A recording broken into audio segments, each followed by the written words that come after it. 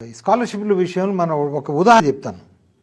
ఇప్పుడు ఒక క్రిస్టియన్ అబ్బాయి, ఒక ముస్లిం అబ్బాయి, ఒక హిందూ అబ్బాయి, ఈ మూడు కుటుంబాలు ఒకే వీధిలో ఒకే పక్కపక్క ఇల్లు. వీళ్ళు ముగ్గురు కూడా స్నేహితులు, క్లాస్మేట్స్ కూడా, ఒకే బడికి వెళ్తారు. వీళ్ళ ఆర్థిక స్థాయి, సామాజిక స్థాయి దాదాపుగా సమానమే, పెద్ద తేడా ఏం లేదు. వీళ్ళు క్లాస్లో కూర్చున్నప్పుడు ఒకరోజు టీచర్ వచ్చి అడుగుతారు, ఇక్కడ ప్రభుత్వం మైనారిటీలకు స్కాలర్షిప్లు వచ్చింది, మైనారిటీలు ఎవరెవరు చేతులు ఎత్తమని. ఈ క్రిస్టియన్ అబ్బాయి, ముస్లిం అబ్బాయి చేయలేపుతారు. హిందూ అబ్బాయి అయితే వాళ్ళు చెప్తారు, మీకు నెలకు 1000 రూపాయలు ఈ సైకిల్ ఒకటి, అవి ఒకటి, ఇవి ఒకటి, ఏదైతే ప్రభుత్వ స్కీములు ఇస్తారు. ఈ హిందూ అబ్బాయి నిలబడతాడు, సార్ మరి నా ఆర్థిక పరిస్థితి కూడా అదే, మా నాన్నగారి పరిస్థితి కూడా పెద్ద లేదు, మరి నాకు కూడా కావాలంటే, నువ్వు హిందువు కదా, నీకు రాదు. ఎందుకంటే సో ఈ అబ్బాయి ఆలోచిస్తాడు, నేను హిందువుగా పుట్టడం ఈ దేశంలో పాపం చేశానా?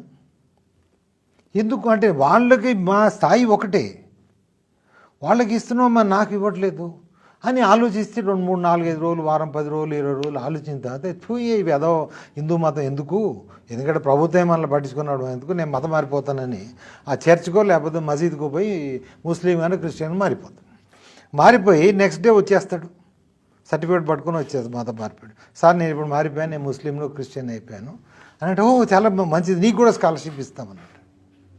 అంటే ఏంటి దాని ప్రభావం ఏంటి అంటే, ప్రభుత్వము సెక్యులర్ లౌకిక నిధులను వాడుతూ హిందువులను మత మార్పిడికి ప్రోత్సహిస్తుంది. అంటే దీనివలన అది క్రిస్టియన్ మిషనరీలకి లేకపోతే ముస్లిం దావాతీలకి ప్రభుత్వానికి తేడా ఏమనుందా? ఇప్పుడు వాళ్ళ ఆర్థిక సమానతను చూసి అందరికీ ఇవ్వండి స్కాలర్షిప్, మేము వద్దన్నామా? ముస్లింలకి, క్రిస్టియన్లకి మీరు ఆర్థిక సాయం చేస్తే మతం ఎందుకు?